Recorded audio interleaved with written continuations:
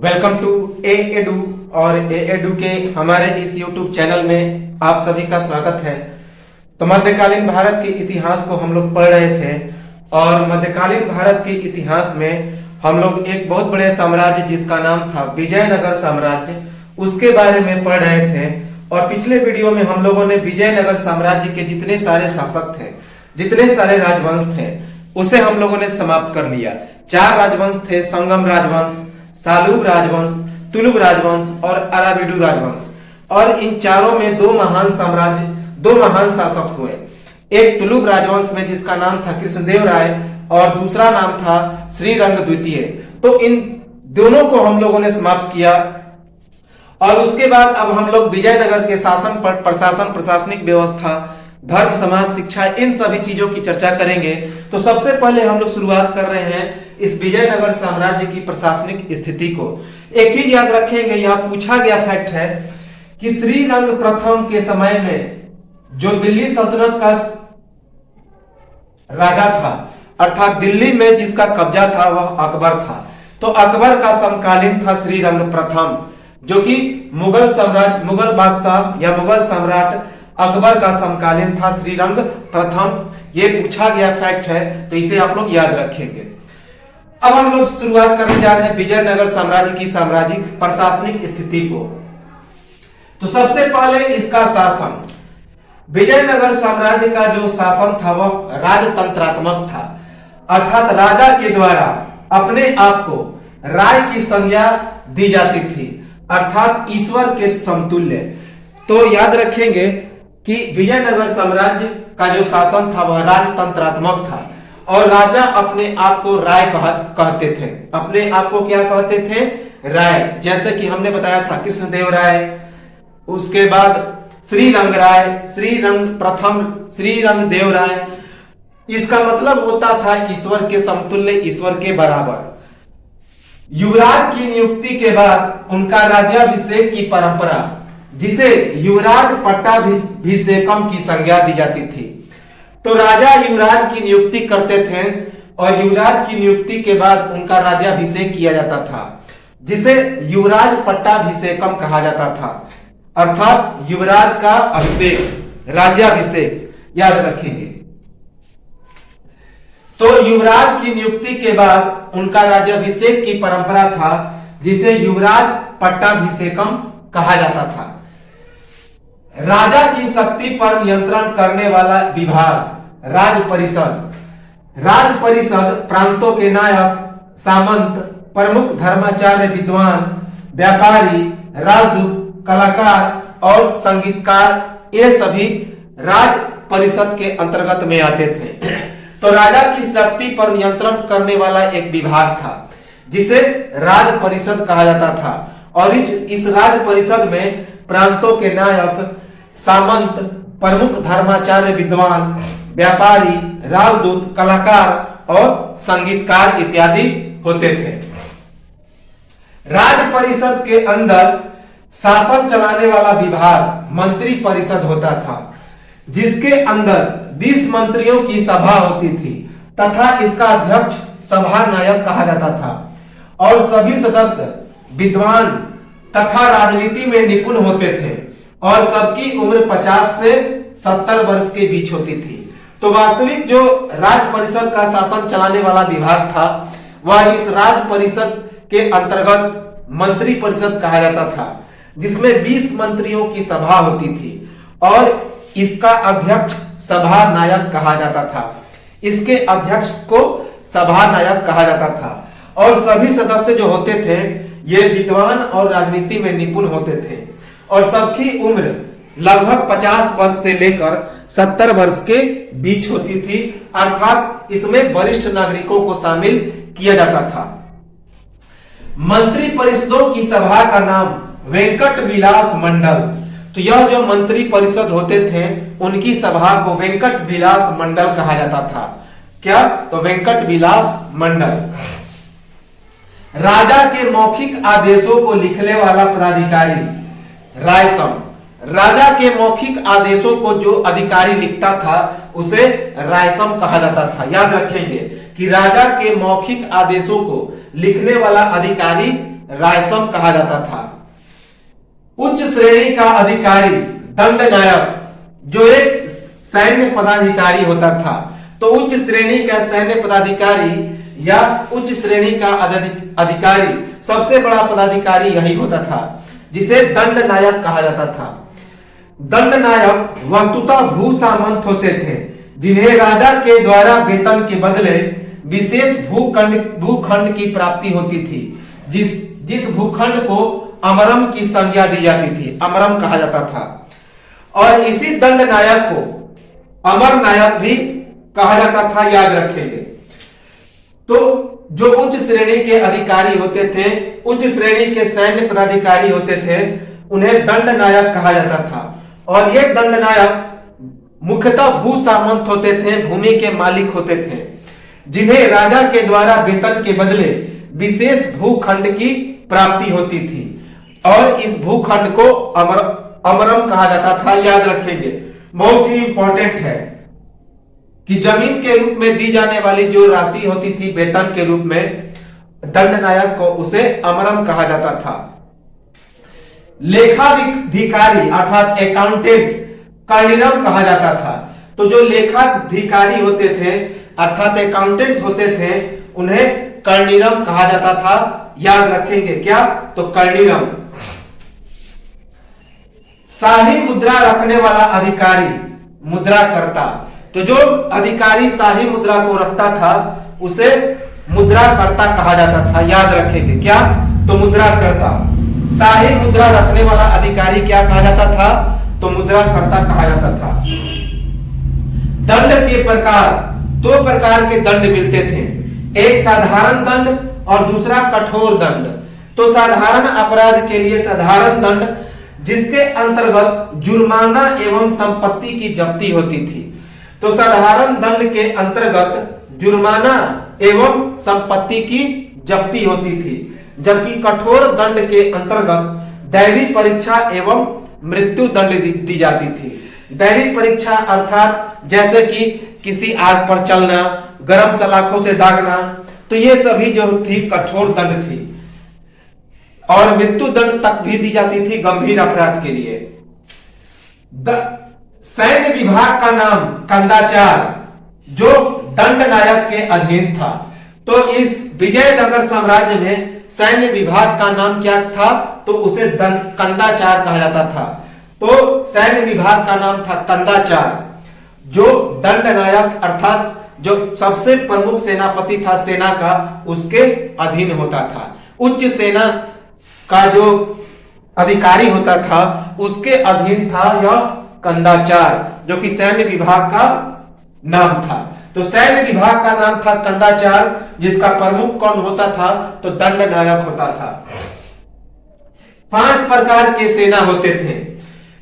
पैदल सेना, जिसे पदाती कहा जाता था, पैदल सेना को पदाती कहते थे। उसके बाद घुड़सवार सेना अर्थात अश्वरोही, घोड़ा वाला सेना। हाथी सेना, जिसे गदारोही कहते थे। ऊंट सेना और तोपची, तोप चलाते थे। याद रखेंगे, हमने बताया था कि बहमनी साम्राज्य और विजयनगर साम्राज्य के बीच में जो टकराव होते थे, ये तोपचियों के द्वारा ज्यादा होते थे, कि दोनों तोपची के साथ निपुण थे। तो सेना के प्रकार थे पैदल सेना, जिसे पदाती कहते थे, घुड़सवार सेना, जिसे अश्वरोही कहते थे, हाथी सेना, जिसे गजारोही कहते थे, ऊंट सेना और तोपची थे। इसका प्रशासनिक बंटवारा कैसे हुआ था? तो सबसे प्रमुख था केंद्र, जिसे प्रांत या राज्य कहते थे। इसका प्रधान राजा या फिर युवराज होता था। उसके अंदर में मंडल होते थे, जिसे कमिश्नरी कहा जाता था।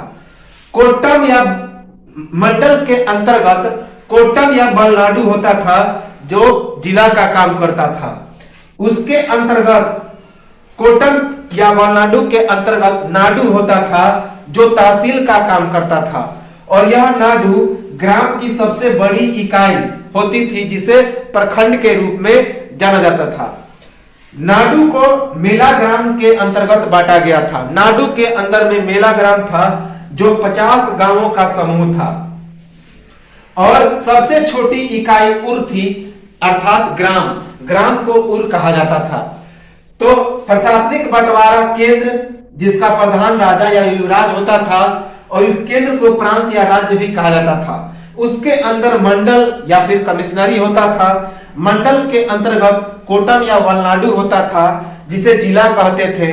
उसके अंतर्गत नाडु होता था जो ग्राम की सबसे बड़ी इकाई या फिर प्रखंड के रूप में कार्य करती थी, और यह तहसील के रूप में भी कार्य करता था। नाडु के अंदर मेला ग्राम होता था जो 50 गांवों का समूह था, और सबसे छोटी इकाई उर होती थी अर्थात ग्राम होती थी। राज्य की आय का स्रोत लगान अर्थात भू राजस्व होता था। भू राजस्व की दर कुल उपज का 1/6 हिस्सा था। तो विजयनगर साम्राज्य के राज्य का जो आय का स्रोत था वह भू लगान या भू राजस्व था, और भू राजस्व की दर कुल उपज का 1/6 हिस्सा था। याद रखेंगे, इंपॉर्टेंट है। ग्राम में विशेष सेवाओं के बदले दी जाने वाली लगान मुक्त भूमि की भूधारण पद्धति उम्बती कही जाती थी। तो ग्राम में विशेष सेवाओं के बदले दी जाने वाली लगान मुक्त भूमि की जो भूधारण पद्धति थी उसे उम्बती कहा जाता था। याद रखेंगे। युद्ध में शीर्ष का प्रदर्शन करने वाले मृत लोगों के परिवार को दी जाने वाली भूमि रक्त कोडगे कहा जाता था। तो युद्ध में जो व्यक्ति शीर्ष प्रदर्शन करता था, आगे रहता था, और उसकी मृत्यु हो जाती थी, तो उसके बदले में उसे उस परिवार को भूमि दिया जाता था, जिसे रक्त कोडगे कहा जाता था। याद रखेंगे, रक्त कोडगे। तो युद्ध में शीर्ष का प्रदर्शन करने वाले मृत लोगों के परिवार को दी जाने वाली भूमि रक्त कोडगे कहा जाता था। ब्राह्मण, मंदिर या भूस्वामियों के द्वारा किसानों को पट्टे पर खेती करने के लिए दी जाने वाली भूमि कुटग्गी कही जाती थी। तो ब्राह्मण, मंदिर या बड़े भूस्वामी किसानों को पट्टे पर भूमि देते थे खेती करने के लिए, अर्थात जिसे हम लोग वर्तमान समय में रेहन कहते हैं, तो वह दी जाती थी जिसे कुटग्गी कहा जाता था।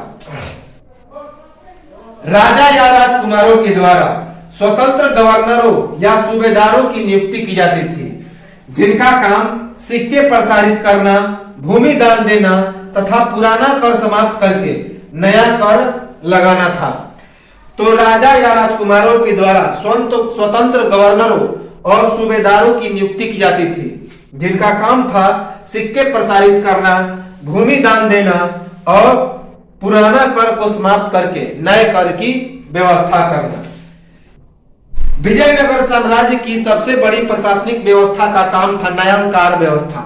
अभी हमने बताया न्यायकार व्यवस्था के अंतर्गत जो दंड नायक होते थे उन्हें राजा वेतन के बदले एक विशेष भूखंड देते थे जिसे अमरम कहा जाता था, और इसी कारण उन्हें दंड नायक की जगह अमर नायक भी कहा जाता था, अर्थात भूखंड का मालिक। न्यायकार व्यवस्था के तहत दी जाने वाली अमरम को प्राप्त करता दंड नायक या फिर अमर नायक के द्वारा अमरम का उपयोग दो कार्यों में राजा की सहायता के लिए सेना की व्यवस्था तथा कुछ भाग केंद्रीय खजाने में जमा करना राज्य संचालन हेतु। तो जो न्यायकार व्यवस्था के तहत अमरम मिलता था इस दंड नायक या फिर अमर नायक को, तो उसका यह दो रूपों में उपयोग करते थे।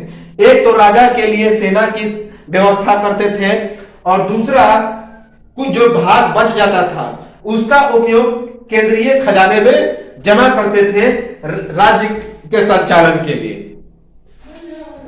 ब्राह्मणों की दान में दी गई भूमि चतुर्वेदी मंगलम या ब्रह्मदेय ग्राम। तो जो भूमि ब्राह्मणों को दान में मिलता था उसे चतुर्वेदी मंगलम कहा जाता था या फिर ब्रह्मदेय ग्राम कहा जाता था। न्यायकार व्यवस्था ही विजयनगर साम्राज्य के पतन का कारण बना। तो न्यायकार व्यवस्था जो था वही विजयनगर के पतन का कारण बना, क्योंकि इसके बाद धीरे धीरे जो न्यायकार थे भूमि के स्वामी बनते चले गए और यह इनके पतन का कारण बनता चला गया। याद रखेंगे, विजयनगर में आयंगर व्यवस्था का प्रचलन, जिसके तहत 12 ग्रामीण अधिकारियों की नियुक्ति किसके द्वारा? तो राजा के द्वारा, राजा के द्वारा। अर्थात विजयनगर में ग्रामीण स्वायत्तता या स्थानीय स्वशासन नहीं था। तो विजयनगर में एक आयंगर व्यवस्था का प्रचलन था, अर्थात इसमें 12 ग्रामीण अधिकारियों की नियुक्ति होती थी गांवों के शासन के संचालन के लिए, और यह नियुक्ति राजा के द्वारा होती थी। इससे पता चलता है कि विजयनगर में ग्रामीण स्वायत्तता या फिर स्थानीय स्वशासन नहीं था, जैसा कि चोल साम्राज्य में था। चोल साम्राज्य में स्थानीय स्वशासन था, उसमें ग्राम के सदस्यों में से ही एक अधिकारी की नियुक्ति होती थी, लेकिन विजयनगर में ऐसा नहीं था। विजयनगर में आयंगर व्यवस्था का प्रचलन था, जिसके तहत 12 ग्रामीण अधिकारियों की नियुक्ति राजा के द्वारा होती थी। अर्थात विजयनगर में ग्रामीण स्वायत्तता या फिर स्थानीय स्वशासन का परंपरा नहीं था। राजा के प्रत्यक्ष नियंत्रण वाली भूमि का नाम भंडारवाद ग्राम भूमि। तो जो भूमि राजा के प्रत्यक्ष नियंत्रण में होता था उसे भंडारवाद ग्राम भूमि कहा जाता था। दस्तकार वर्गों का नाम वीर पंचात तथा मनुष्य का क्रय विक्रय बेस बग कहा जाता था। जो वर्ग दस्तकार होते थे, छोटे छोटे बुनकर होते थे, उन्हें वीर पंचात कहा जाता था। और जिस मनुष्यों का क्रय विक्रय, तो विजयनगर साम्राज्य में मनुष्यों की खरीद बिक्री भी होती थी, और इस प्रथा को बेस बग कहा जाता था। कृषक मजदूर कुदी कहे जाते थे। तो जो कृषक मजदूर होते थे उन्हें कुदी कहा जाता था, याद रखेंगे क्या? कुदी। भू राजस्व का निर्धारण भूमि की गुणवत्ता एवं सिंचाई सुविधा के अनुसार तय होती थी, अर्थात राज्य में भू राजस्व की दर अलग अलग होती थी। तो भू राजस्व का जो निर्धारण होता था भूमि की गुणवत्ता एवं सिंचाई की सुविधा के अनुसार तय होती थी, अर्थात राज्य में भू राजस्व की जो दर थी वह अलग अलग थी।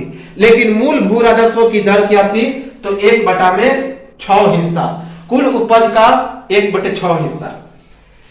सिंचाई के लिए कोई विशेष विभाग नहीं था तथा व्यक्तिगत प्रयास से सिंचाई साधन का कार्य होता था, जिसमें मंदिर एवं मठों की भूमिका अहम थी। तो सिंचाई के लिए कोई विशेष विभाग की व्यवस्था नहीं थी विजयनगर साम्राज्य में, और व्यक्तिगत प्रयास से सिंचाई का साधन की व्यवस्था की जाती थी, अर्थात लोग अपने व्यवस्था करके सिंचाई की साधन का प्रयोग करते थे। और सिंचाई में मंदिर एवं मठ अहम भूमिका अदा करते थे, याद रखेंगे। और सिंचाई के साधन क्या थे? तो तालाब एवं नहर थे। सिंचाई के साधन थे विजयनगर साम्राज्य में तालाब एवं नहर। सभी तरह के व्यवसाय एवं निर्माण कार्य से कर की प्राप्ति, तो कृषि के अतिरिक्त सभी तरह के व्यवसाय एवं निर्माण कार्य से भी कर की प्राप्ति की जाती थी। किसमें? तो विजयनगर साम्राज्य में। जैसे कि संपत्ति कर, व्यापारिक कर, उद्योग कर, अर्थदंड, सामाजिक एवं सामुदायिक कर। तो कृषि कर के अलावा व्यवसाय एवं निर्माण कार्य से भी विजयनगर साम्राज्य में कर की प्राप्ति की जाती थी। तो कौन कौन से कर लिए जाते थे? संपत्ति कर, व्यापारिक कर, उद्योग कर, अर्थदंड, सामाजिक एवं सामुदायिक कर। अर्थव्यवस्था का आधार कृषि। तो विजयनगर साम्राज्य में जो अर्थव्यवस्था का आधार था, जो बेसिक कंपोनेंट था इकोनॉमिक्स का, तो वह कृषि था, एग्रीकल्चर था। ब्राह्मणों के लिए भू राजस्व की दर कुल उपज का 1/20 भाग तथा मंदिर हेतु 1/30 भाग, याद रखेंगे। तो ब्राह्मणों के लिए जो भू राजस्व की दर निर्धारित थी वह कुल उपज का 1/20 भाग था, और मंदिरों के लिए जो भू राजस्व की दर थी वह कुल उपज का 1/30 भाग था। तो अर्थात बहुत कम दर था ब्राह्मणों के लिए, और वास्तविक जो था 1/6 भाग था। तो यह तो था विजयनगर साम्राज्य का प्रशासनिक व्यवस्था। इसको हम लोग आगे कंटिन्यू करेंगे और एक स्क्रीनशॉट लें और मिलेंगे हम लोग कुछ समय के बाद।